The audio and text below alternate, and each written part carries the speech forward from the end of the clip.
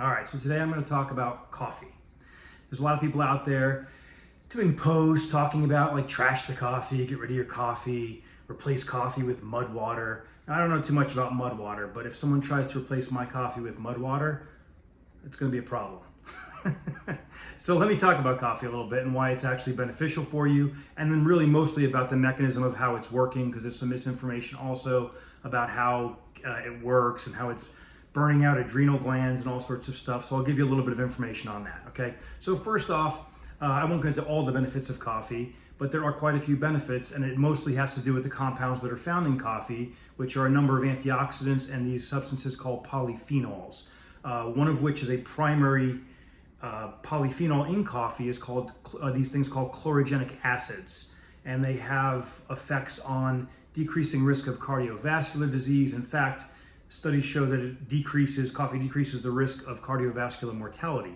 So there's benefits preventing neurodegenerative changes for the liver, like decreased risk of liver disease, decreased risk of type 2 diabetes. So there's a lot of things, and again, we can attribute it to those antioxidants and polyphenols found in the coffee, although caffeine has some benefits as well.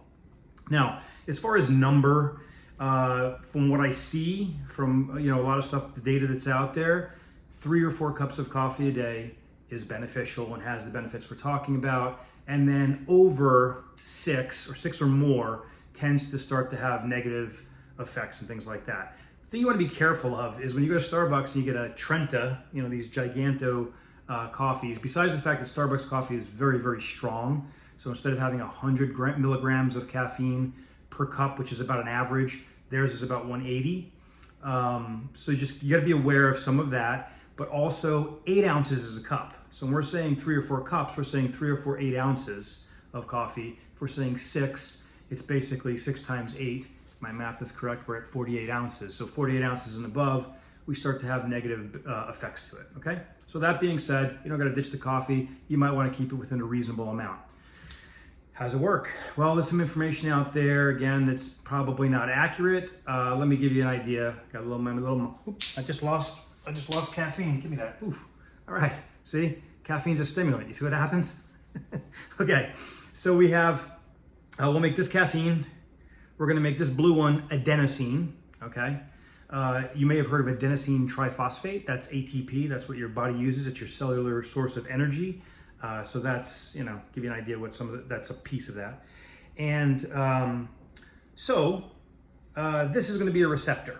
Okay, so you have receptors in the brain. So adenosine is something that slows neural firing. It calms you down. It kind of leads you to sleep, makes you sleepy. So when adenosine binds to the receptor, okay, or receptors, okay, we're doing this on a small scale, obviously, but when it starts to bind to the receptors, you start to get more tired, and it prepares you for sleep, okay? What caffeine does is it actually binds to the receptor, okay, so that adenosine cannot bind to the receptor. Therefore, it cannot make you sleepy. So caffeine, therefore, is a stimulant, okay? Now, there's a number of cascade of effects that happen from blocking the adenosine receptor, okay? But I want to address this real quick. We talk about, caffeine can increase cortisol. It can increase epinephrine. Now, neither of those things by themselves are bad. Epinephrine, by the way, is adrenaline. So neither of those are bad, okay? Obviously, we don't want too much of those, or those chronically produced. Now, caffeine can increase those a little bit, okay, or a small amount. What seems to happen, though, after about 5 days of caffeine ingestion, it blunts, at least cortisol, blunts the cortisol response. So you're not getting this increase in cortisol after your body adapts to the caffeine. It seems to be the case. So, but there's no data supporting that it burns out adrenal glands. I mean, again, if you're doing, maybe 2-3 Trentas a day, who knows what that could do. But the reality is, coffee's not bad for you. There's not all sorts of toxins in most of them. I'm sure, there could be some stuff out there that gets contaminated.